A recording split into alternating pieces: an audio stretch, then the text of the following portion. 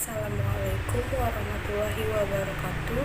Perkenalkan, nama saya Siti Aminah dari kelas 10 MIPA 4 dengan nomor absen 31. Di sini saya ingin mempresentasikan atau mengulas kembali tentang permintaan dan penawaran. Dan yang pertama ada permintaan. Permintaan adalah kesanggupan pembeli untuk membeli berbagai jumlah produk pada berbagai tingkat harga dalam waktu tertentu. Pihak yang melakukan permintaan tersebut adalah pembeli atau yang disebut konsumen.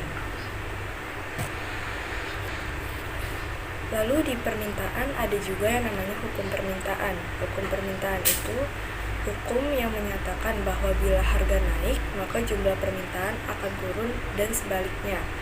Untuk menggambarkan kurva permintaan digunakan sebagai tolak ukur, yaitu harga. Sedangkan faktor-faktor lainnya dianggap tetap atau ceteris paribus. Lalu ada juga yang namanya pergeseran kurva permintaan. Pada pergeseran kurva permintaan itu berbunyi pada pergeseran kurva permintaan terjadi jika harga tetap, tetapi jumlah produk yang diminta bertambah, maka permintaannya akan meningkat. Lalu jika harga tetap tetapi jumlah produk yang diminta berkurang, maka permintaannya akan menurun. Dan selain ada permintaan, ada juga yang namanya penawaran. Penawaran sendiri adalah jumlah barang dan jasa yang tersedia untuk dijual pada berbagai tingkat harga dan situasi. Pihak yang melakukan penawaran yaitu produsen atau penjual. Di dalam penawaran juga ada yang namanya hukum penawaran. Hukum penawaran itu menyatakan bahwa bila harga naik, maka jumlah penawaran akan naik dan sebaliknya. Untuk menggambarkan kurva permintaan digunakan sebagai tolak ukur adalah harga, sedangkan faktor-faktor lainnya dianggap konstan. Selain adanya hukum penawaran, ada juga yang namanya pergeseran kurva penawaran. Berbunyi, jika harga tetap tetapi jumlah produk yang ditawarkan bertambah, penawarannya akan meningkat. Jika harga tetap tetapi jumlah produk yang ditawarkannya berkurang, maka penawarannya pun juga berkurang. Dan selanjutnya ada yang namanya fungsi permintaan dan fungsi penawaran. Dari fungsi permintaan sendiri, pada fungsi kurva permintaan memiliki persamaan.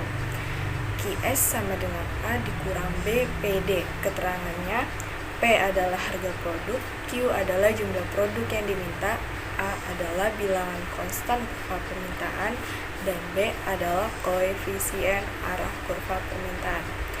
Dan untuk memperoleh persamaan kurva permintaan dapat menggunakan rumus Q dikurang Q1 dibagi Q2 dikurang Q1 sama dengan P dikurang P1 dibagi P2 dikurang P1.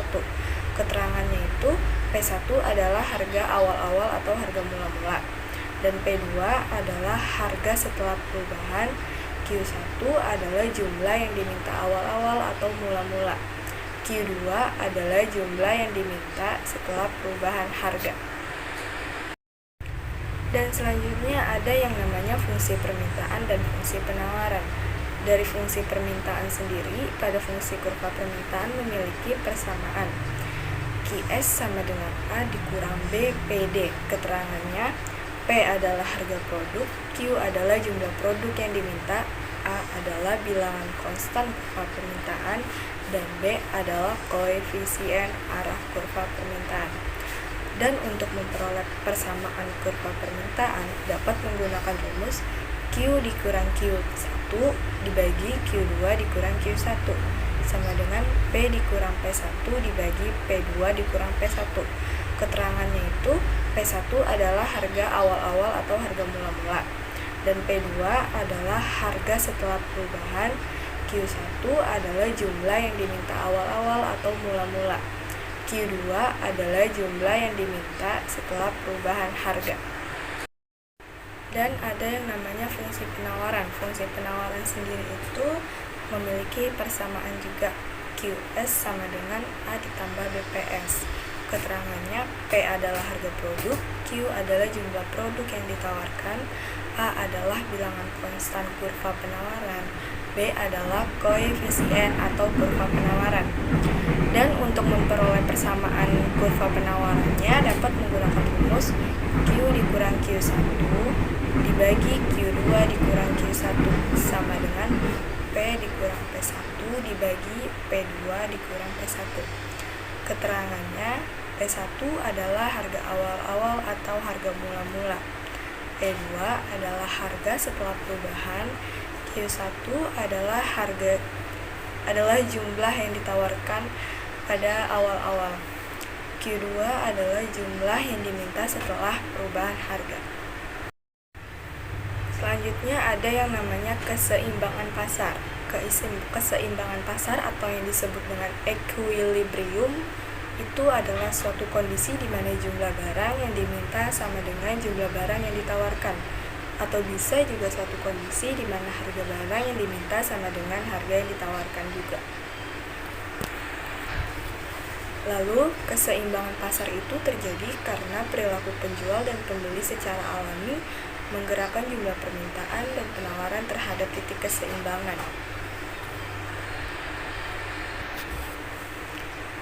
Dan pada keseimbangan pasar kita bisa menggunakan QD sama dengan QS atau PD sama dengan PS. Lalu pada keseimbangan pasar itu ada keseimbangan pasar setelah pajak dan keseimbangan pasar setelah subsidi. Keseimbangan pasar setelah pajak itu dapat diperoleh dengan PD sama dengan A ditambah BQ ditambah T, atau QS sama dengan A ditambah B dikali P dikurang T. Dan pada keseimbangan pasar setelah subsidi dapat diperoleh dengan persamaan PD sama dengan A ditambah BQ dikurang S.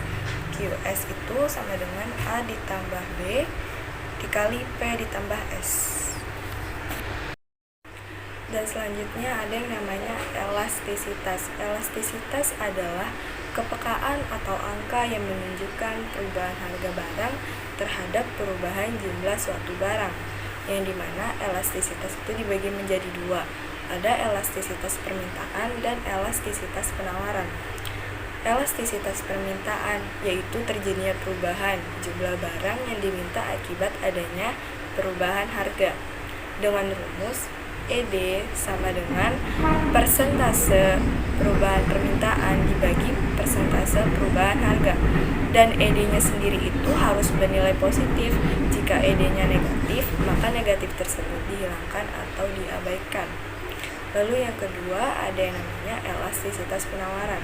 Elastisitas penawaran adalah terjadinya jumlah barang yang ditawarkan jika ada perubahan harga, dengan rumus ES sama dengan persentase perubahan penawaran dibagi perubahan harga.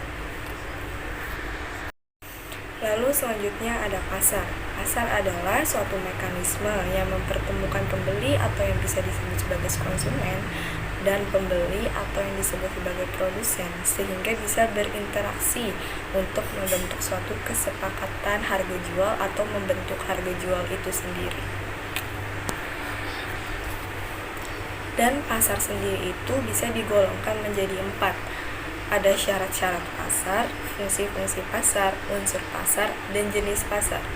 Jenis pasar ini terbagi menjadi 2 lagi, yaitu pasar output dan pasar input. Yang pertama ada syarat-syarat pasar. Syarat-syarat pasar itu terbentuknya suatu pasar yang diperlukan adanya penjual dan pembeli, tersedianya barang dan jasa yang akan diperjualbelikan, terjadinya transaksi jual beli dengan proses tawar-menawar antara penjual dan pembeli, ada media berinteraksi seperti uang dan tempat. Lalu yang kedua ada fungsi-fungsi pasarnya.